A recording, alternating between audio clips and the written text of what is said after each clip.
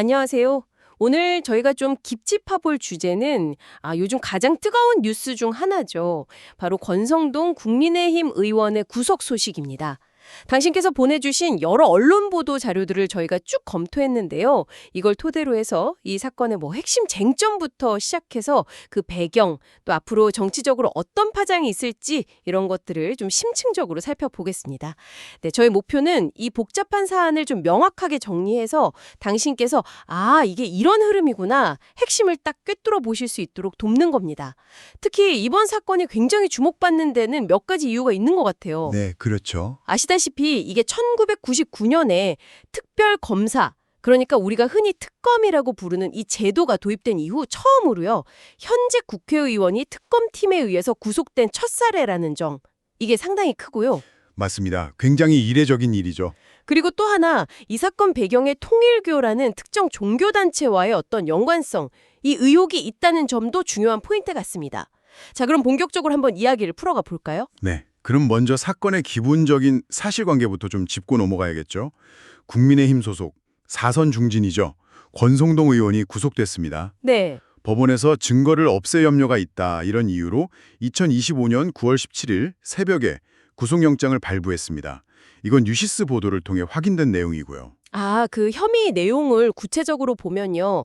권 의원이 지난 2022년 1월 5일입니다. 그때 서울 여의도에 있는 한 중식당에서 당시 통일교 세계본부장이었던 윤영호 씨, 이 사람으로부터 현금으로요. 1억 원, 이 거액의 불법 정치 자금을 받은 혐의를 받고 있는 겁니다. 시기적으로 보면 제20대 대통령 선거를 바로 앞두고 있던 때였죠. 1억 원 현금 수수 혐의 자체도 사실 충격적인데 이게 단순히 돈만 받은 게 아니라 대가성 청탁 같은 게 오갔다는 의혹이 있다는 거죠. 이게 만약 사실이라면 문제가 훨씬 심각해지는 거 아닌가요? 바로 그 점이 이번 수사의 아주 핵심적인 부분입니다. 지금 이 사건을 수사 중인 곳이 김건희 특검팀이지 않습니까?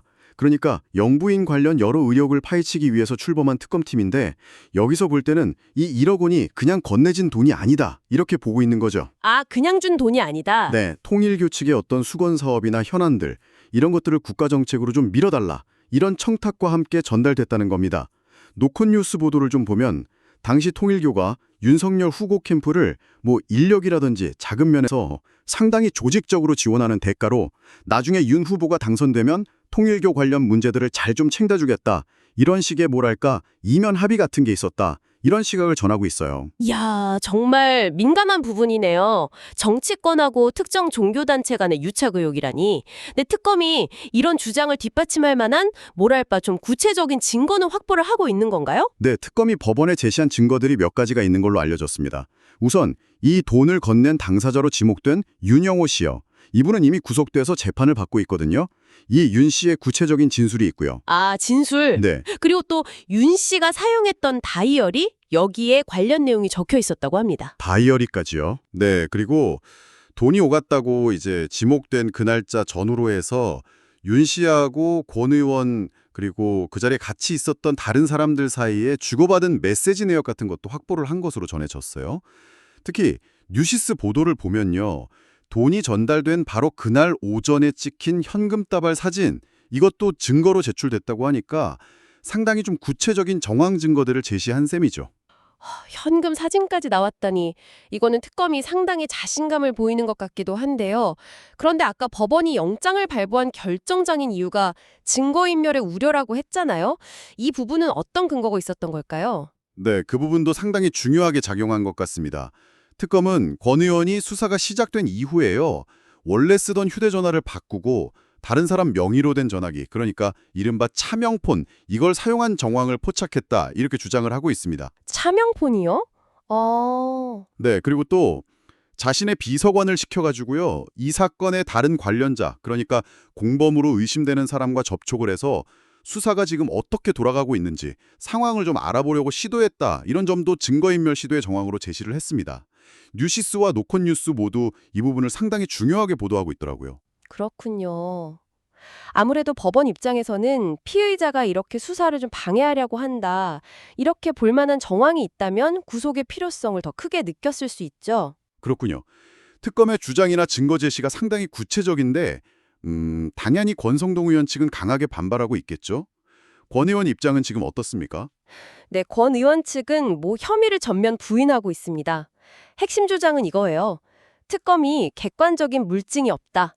오직 돈을 줬다고 주장하는 그 윤영호 씨의 일방적인 진술에만 의존해서 무리하게 수사를 하고 있다. 이겁니다. 아, 물증 없이 진술만 가지고. 네, 특히 진실을 가리기 위해서 윤 씨하고 대질신문을 하자 이렇게 여러 차례 요청을 했는데 특검이 이걸 다 거부했다는 점을 강하게 부각하고 있어요. 이건 뉴시스 보도 내용이고요. 그리고 더 나아가서 권 의원은 이번 수사 자체가 어떤 정치적인 의도를 가진 표적 수사다 이렇게 주장을 합니다. 노컷 뉴스에 따르면요. 권 의원이 영장 심사를 받으러 법원에 출석하면서 기자들한테 그랬답니다. 특검이 완전히 소설을 쓰고 있다. 허구의 사건을 만들고 있다. 이렇게 상당히 격앙된 반응을 보였다고 해요. 아, 정치적 프레임을 굉장히 강조하는 거군요. 예전에도 비슷한 일이 좀 있었던 것 같은 기억이 나는데요. 맞습니다. 권 의원은 이번 수사를 과거 문재인 정부 시절 검찰이나 지금 이재명 대표 관련된 특검이나 다 똑같다. 이런 식으로 동일선상에 놓으면서요. 전부 다 정치 권력과의 어떤 이해관계가 얽혀있는 무리한 수사다. 이렇게 규정을 했어요. 특히 지난 2018년이었죠. 강원랜드 채용 청탁 의혹으로 그때도 구속영장이 청구됐었거든요. 그때를 언급하면서 그때처럼 이번에도 나는 결백하다. 이렇게 항변을 했습니다. 뉴시스에서 이 발언을 상당히 비중 있게 다뤘죠. 그리고 구속이 딱 결정된 직후에요. 권 의원 페이스북에 글이 하나 올라왔는데 아마 미리 준비된 걸로 보이는 입장문이었습니다. 내용이 뭐냐면 이재명 정권과 민주당의 정치 탄압이 본격적으로 시작됐다. 그리고 재판부가 민주당에 굴복했다. 이런 내용이었죠. 이건 노컷 뉴스에서 보도한 내용입니다. 아예 정치 탄압 프레임으로 가겠다 이런 거군요. 네, 그런 의지를 분명히 한 셈입니다. 근데 여기서 좀 흥미로운 점은 권 의원이 2018년 강원랜드 사건 때도 그랬고 이번에도 국회에서 체포 동의안 표결이 이루어지기 전에 스스로 불체포 특권을 포기하겠다 이렇게 선언을 하고 실제 표결에서도 가결의 표를 던졌다는 점이에요. 아시다시피 불체포 특권은 현역 국회의원이 회기 중에는 국회 동의 없이 체포되거나 구금되지 않을 권리인데 이걸 스스로 포기한 거잖아요. 그렇죠. 근데 2018년에는 영장이 기각됐는데 이번에는 왜 결과가 달랐을까요? 이게 좀 궁금한데요. 그 부분이 참 많은 해석을 낳고 있습니다. 법원의 구체적인 판단 이유는 공개되지 않으니까 저희가 정확히 알 수는 없지만 몇 가지 좀 추측은 해볼 수 있을 것 같아요. 첫째는 이번에는 특검이 제시한 증거들, 예를 들면 아까 말씀드린 현금 차진이라든지 아니면 통화 내역, 차명폰 사용 정황 같은 것들요. 이런 것들이 2018년 그때보다 더 구체적이고 좀 직접적이다. 이렇게 법원이 판단했을 수 있습니다. 증거의 무게가 달랐을 수 있다. 네. 둘째는 혐의의 성격 자체가 좀 다르죠. 2018년은 채용 청탁이었지만 이번에는 대선 자금하고 연관된 불법 정치자금 수수, 그리고 특정 이익 집단과의 유착 의혹, 이런 거라서 사안의 중대성이 더 크다 이렇게 봤을 수도 있고요. 그리고 셋째로는 아까 말씀드린 증거인멸시도 정황이요. 이게 이번에는 좀 더 뚜렷하게 포착됐다. 이렇게 법원이 판단했을 가능성도 배제할 수는 없을 것 같습니다. 물론 권 의원 측은 이 모든 걸 부인하고 있지만요. 알겠습니다. 권 의원 개인의 법적 공방도 앞으로 치열하게 진행되겠지만 이번 구속이 가져올 정치적 파장, 이건 어느 정도일까요? 이게 단순히 한 의원의 개인 비리 의혹, 이걸 넘어서는 의미가 있을 것 같은데요. 한 두 가지 측면에서 볼 수 있을 것 같은데요. 첫째는 이번 구속을 계기로 해서 통일교 로비 의혹에 대한 특검 수사가 더욱 탄력을 받게 될 거다. 이 점입니다. 아, 수사가 더 확대될 수 있다. 네. 뉴시스 전망을 보면요. 특검이 이제 권 의원의 신병을 확보했기 때문에 권 의원을 상대로 통일교로부터 혹시 추가적인 정치 자금을 더 받았는지 아니면 통일교 관계자의 원정 도박 수사 같은 걸 무마해 주려고 했는지 심지어는 국민의힘 당대표 경선 같은 당내 선거에 통일교 자금이 흘러 들어갔는지 이런 그동안 제기됐던 여러 의혹들에 대해서 훨씬 더 강도 높은 수사를 벌일 가능성이 크다는 거죠. 실제로 통일교의 최고 지도자인 한학자 총재도 최근에 특검에 자진 출석해서 조사를 받았다는 사실이 또 알려지면서 어쩌면 수사가 교단 차원으로까지 확대될 수 있다. 이런 관측도 나오고 있습니다. 와, 그렇다면 이게 정말 통일교와 정치권의 관계 전반에 대한 수사로 번질 수도 있겠군요. 그럼 두 번째 파장은 무엇인가요? 두 번째는요. 이제 여당인 국민의힘이 현실적인 사법 리스크에 직면하게 됐다. 바로 이 점입니다. 노컷 뉴스에서 이 부분을 좀 집중적으로 분석했는데요. 사법 리스크라는 게 뭐냐면 정당에 소속된 정치인들이 수사나 재판을 받게 되면서 당 전체의 이미지나 활동에 좀 부정적인 영향을 미치는 그런 위험을 말하는 거잖아요. 네, 그렇죠. 근데 권성동 의원은 그냥 여러 의원 중 한 명이 아니라 당내 사선 중진이고 또 윤석열 전 대통령의 최측근으로 분류되는 소위 말하는 윤핵관, 윤석열 핵심 관계자의 대표적인 인물이란 말이죠. 이런 상징적인 인물이 구속되면서 당의 어떤 도덕성에 큰 타격을 입게 된 거죠. 시기적으로도 국민의힘 입장에서는 이게 정말 악재겠네요. 마침 이번 주말부터 대규모 장외투쟁을 예고하지 않았었나요? 야당 탄압이다 이렇게 주장하면서 정부와 여당에 대한 공세를 막 강화하려던 참이었는데요. 정확합니다. 노컷 뉴스 보도처럼 국민의힘은 이재명 정부의 폭주와 야당 탄압, 이걸 규탄하면서 대대적인 장애 집회를 계획하고 있었거든요. 그런데 집회를 바로 코앞에 두고 당의 핵심 중진 의원이 이런 부패 혐의로 구속이 되면서 투쟁의 명분이라든지 아니면 동력, 이런 게 상당히 약화될 수 있다. 이런 우려가 당 내부에서도 나온다고 합니다. 내부에서도요? 네. 뭐 우리가 지금 야당 탄압이다 외치는데 정작 우리 당 의원이 비리 혐의로 구속되면 국민들이 이걸 어떻게 보겠느냐. 뭐 이런 목소리죠. 사실 뭐 일부 당 관계자들 사이에서는 권 의원이 수사 과정에서 통일경 관련 진술을 좀 바꿨다거나 아니면 차명폰을 사용한 정황 같은 게 드러나면서 구속 가능성을 어느 정도는 예상하고 있었다. 뭐 이런 후문도 좀 있습니다. 그런데 이게 설상가상으로 비슷한 시기에 또 다른 중진 의원에게도 악재가 터졌다고 들었는데요. 나경원 의원 말씀이시죠? 네, 참 공교롭게도 권 의원 구속 결정이 나기 바로 전날이었습니다. 역시 국민의힘의 대표적인 중진이죠. 나경원 의원이 검찰로부터 징역 2년을 구형받았습니다. 이게 2019년에 있었던 이른바 패스트트랙 충돌 사건, 그러니까 당시에 선거법 개정안 같은 걸 처리하는 과정에서 국회 내에서 벌어졌던 여야 간의 물리적 충돌이나 의사진행 방해 혐의, 이거와 관련된 재판이거든요. 그 패스트트랙 사건이군요. 네, 노컷 뉴스에서 이 소식을 아주 비중 있게 전했죠.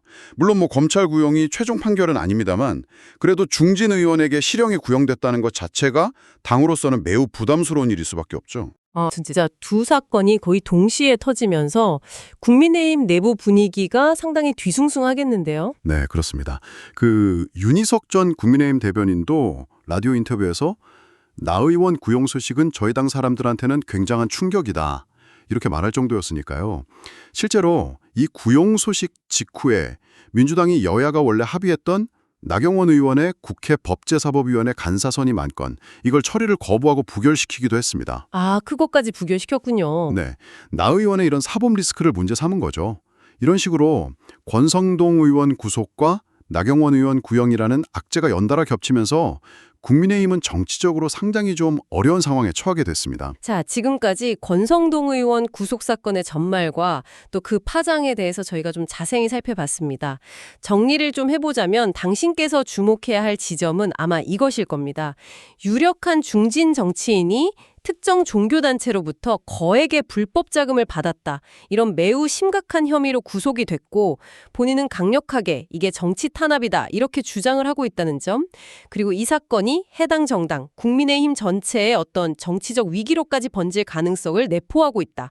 바로 이 점인 것 같습니다. 여기서 우리가 좀 더 깊이 생각해 볼 지점은 정치, 그리고 종교, 또 사법 시스템이라는 이 세 가지 요소가 얼마나 복잡하게 얽혀서 돌아가는가, 바로 이 점인 것 같아요.